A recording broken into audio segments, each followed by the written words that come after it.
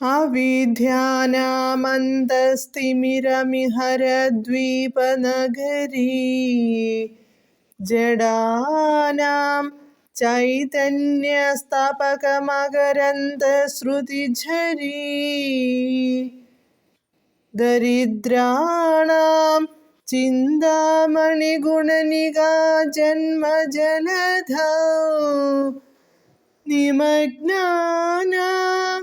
ദംഷ്ട്രാമുരരിപുവരാഹസ്യ ഭവതി. പദാനുപദം. അവിദ്യാനാം അജ്ഞാനികൾക്കു.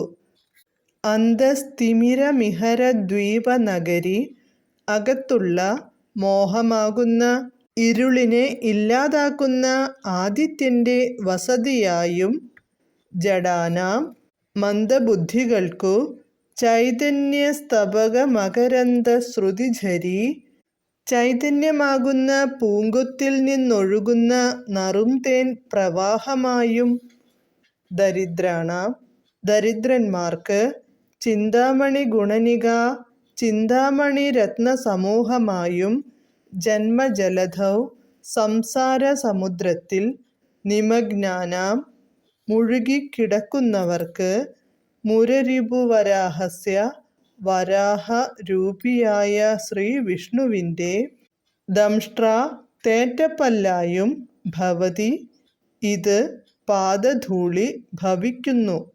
വിവർത്തനം.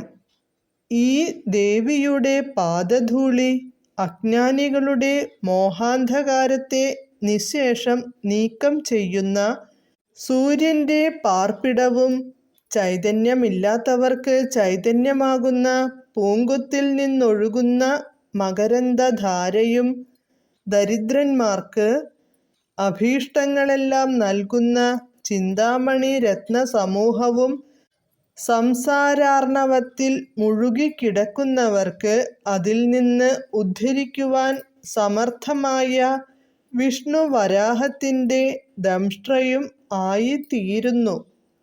ജയ് ജയ് ശ്രീ രാധേശ്യാം.